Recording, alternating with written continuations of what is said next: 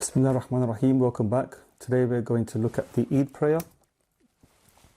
So our author says the two Eid prayers are wajib on the one for whom the Friday prayer is fard, with the same conditions of validity except for the sermon, which is a sunnah in the Eid prayers.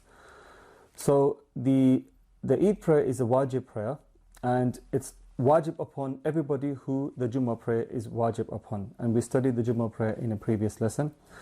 The only difference is that the khutbah given, the two khutbahs given in the Eid prayer are sunnah as opposed to being wajib in the fard prayer.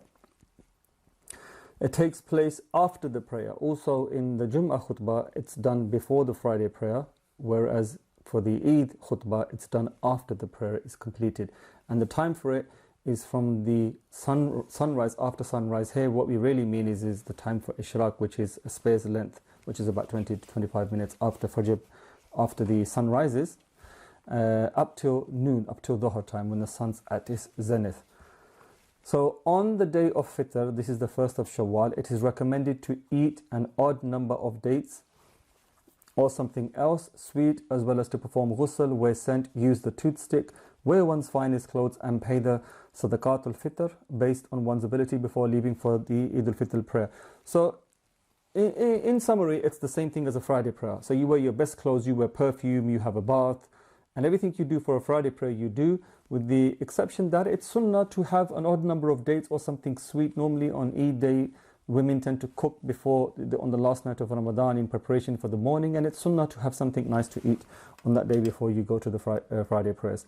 And it's also sunnah it's wajib to pray the sadaqah, to pay the sadaqat al-fitr, but it's sunnah to pay that money in the morning, or mostly everything is done before you set out for the Friday prayer. But in England, sometimes it's not easy to pay this money in the mornings, and people normally go to the masjid and they collect it there, and from there they distribute it, and there's not a problem with that also.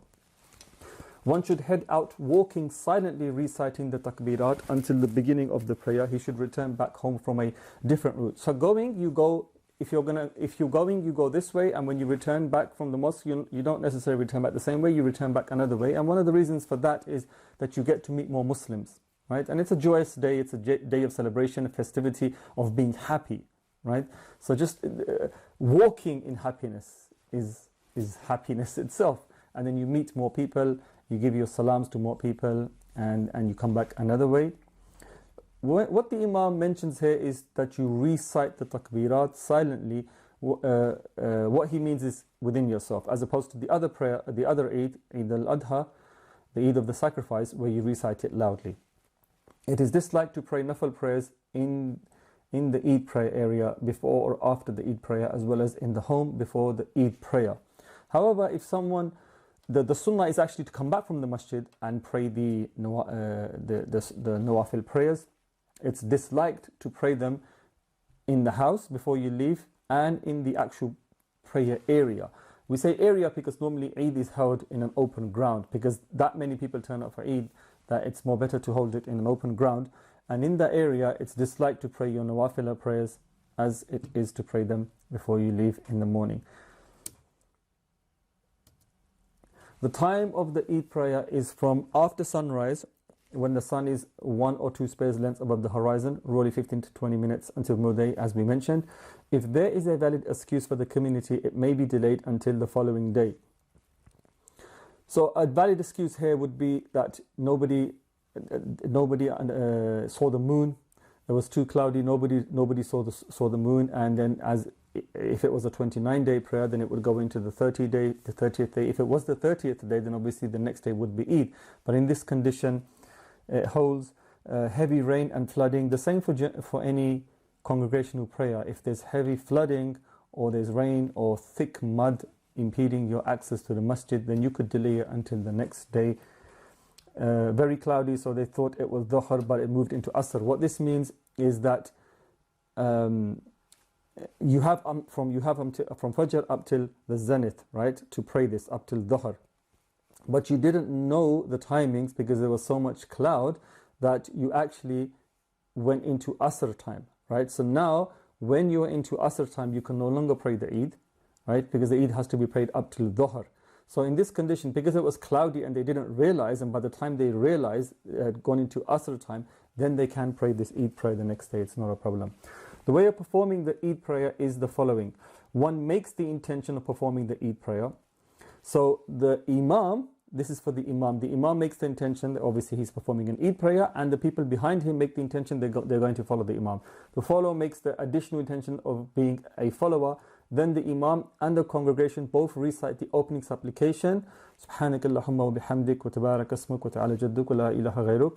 After which everybody recites the 3 extra takbirats where they raise their hands. So after the opening supplication, you say Allahu Akbar, put your hands down, Allahu Akbar, second time put your hands down, Allahu Akbar, third time, and then you put your hands here, and then the Imam recites the Ta'awudh, Bismillah, A'udhu Billahi Minash Shaitanir Rajim, then the Basmala, Bismillah Rahman Rahim, Surah Fatiha, and then another surah.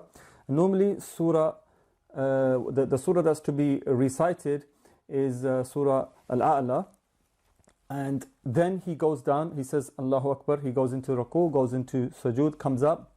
When he comes up, he says he says Bismillah Rahman Rahim, recites Surah Al-Fatiha, recites a second surah, and then does the 3 takbirats again, right? And the author says, after the first unit, when he stands for the second one, the Imam begins with the Basmala silently, followed by the Fatiha and Surah Al-Ghashiyah. So it's preferable to recite Surah Al-Ghashiyah in the second cycle. The entire congregation then performs 3 extra takbirat, raising their hands for each one. This minimum is more preferable than performing the extra takbirat before the recitation in the second unit. So what the author means here is that you can, in the second unit, before reciting the basmala and everything, you can do the takbirats then as well. So both ways are fine. Generally people tend to do them after the surah, Surah Al-Ghashiyah, they do it. And you can actually do them, for example, some people in some parts of the world, 7 in the first rakah, 5 in the second rakah. You can actually take them up to a maximum of 16, some say 13. You can take them up to a maximum of 16. If, however, the Imam was to do more takbirats than 16, you would remain silent, because that's no longer from the sunnah. The best thing to do is just follow your Imam, because different madahib in different countries and different Imams tend to do them in different ways. So however they do it, you follow your Imam, and it shall be sound. After the prayer, the Imam delivers 2 sermons in which he teaches the congregation the rules pertaining to the Sadaqat al-Fitr. So instead of talking about other things, this is the day when everybody gathers, and it's a prayer that's done once a year. People generally tend to forget, right? They tend to forget even how the prayer is performed. Sometimes before the prayer, the Imam has to actually teach them how it's performed. So in this instance, you tell them the rulings pertaining to Sadaqat al-Fitr and other important things pertaining to this and the general Eid.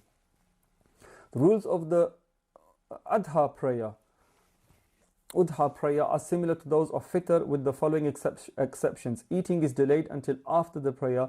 The takbirat on the way to the prayers are recited aloud, and the rules of Udhiyah rather than Fitr are taught in the sermon, as well as takbirat of Tashriq. So the only difference here is that you eat afterwards, right? In Eid al-Fitr, you eat before something sweet, dates or dates, but in this one, you go to the mosque, you pray your salat, you pray the Eid. The Imam teaches you the rules of sacrifice in the sermons, and then you come back and then you eat. And it's recommended for even the women in the house that they wait till the Eid prayer is over, and the men come back before they eat, and even children and suckling children also, that you refrain from giving them food until everybody's back home again. However, if somebody was to eat before they set off for the mosque, there isn't a problem with that. It's not disliked, or there's not a problem with that.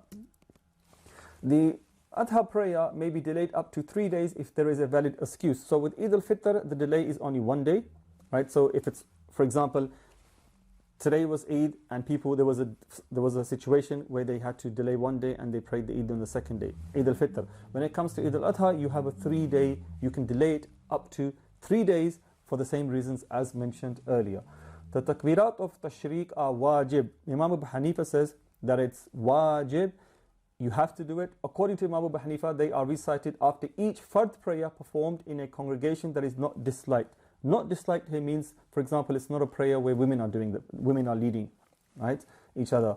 So a proper sound prayer, beginning from Fajr of the day of Arafah, which is the 9th of Dhul Hajj, until Asr of the day of Nahar, which is the day of Eid. So that is 8 prayers. That's the 5 prayers for the day of Hajj.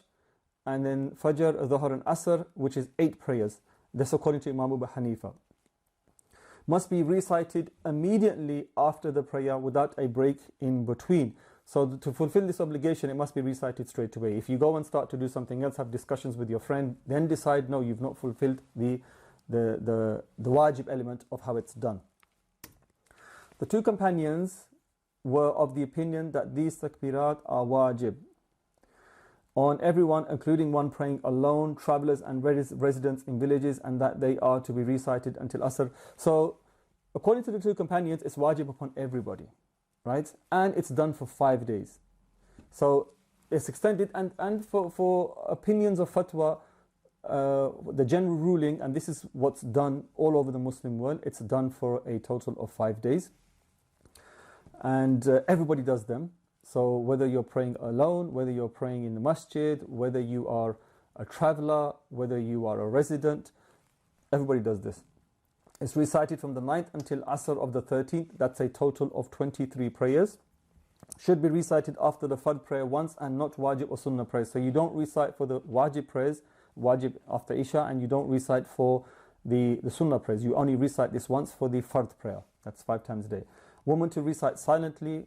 Obvious reasons, women don't raise their voice. They recite this silently. If Imam forgets, the followers should do so. So if for some reason in the mosque the Imam forgets and doesn't remind everybody else should be aware of this, and they recite for themselves. You don't wait for a prompt by the Imam, you just start reciting by yourself.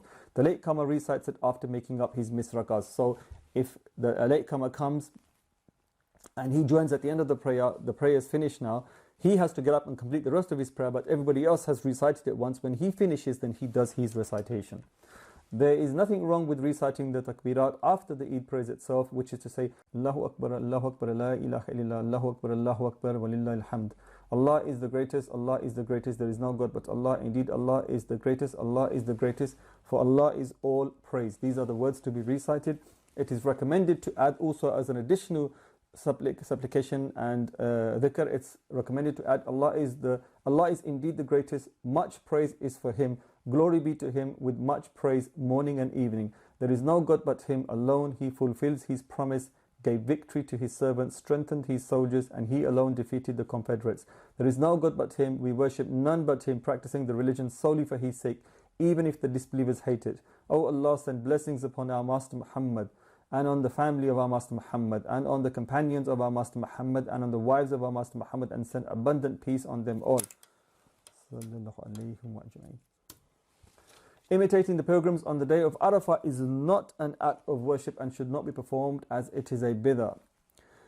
So if somebody decides that on the 9th of Dhul Hijjah, which is the day of Arafah, which is the day of standing on the field in Arafah, beseeching your Lord, if somebody decides that because I couldn't go to the Hajj and I'm going to do this in my own garden, I'm going to wear the 2-piece clothes, or even if I'm not wearing the two-piece ihram, I'm just going to stand, and I'm going to stand imitating those people at Arafah, and inshallah Allah will accept my Hajj.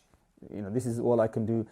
This is actually an innovation. It's reprehensible. It's not from Islam, and it's not something that's to be done. There's no special rulings or obligations upon anybody outside of those who are performing the Hajj in Mecca, Mina, Arafat, Muzdalifah. The other people, we observe the sanctity of those 10 days, right? These are the best days in the whole of the year. These are the best days, and we observe the sanctity of these days. We do the extra worship, we remember Allah more, we supplicate, we pray more, we give charity more, we generally are more observant and do more good deeds. But apart from that, there's no imitation of the Hujjaj who are doing the rites of Hajj. And of course, they sacrifice and we sacrifice. Eid is for them and Eid is for us also. That's all for today. Thank you very much. Sallallahu Alaihi Wasallam. Alhamdulillah Rabbil Alameen.